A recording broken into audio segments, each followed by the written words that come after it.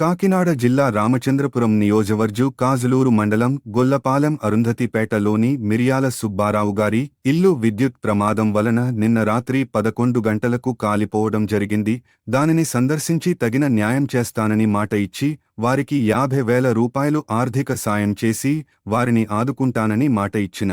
గౌరవ రాష్ట్ర కార్మిక శాఖ మంత్రివర్యులు గౌ వాసంశెట్టి సుభాష్ గారు మరియు రామచంద్రాపురం జనసేన పార్టీ ఇన్ఛార్జ్ పోలిశెట్టి చంద్రశేఖర్ గారు జనసేన టీడీపీ కార్యకర్తలు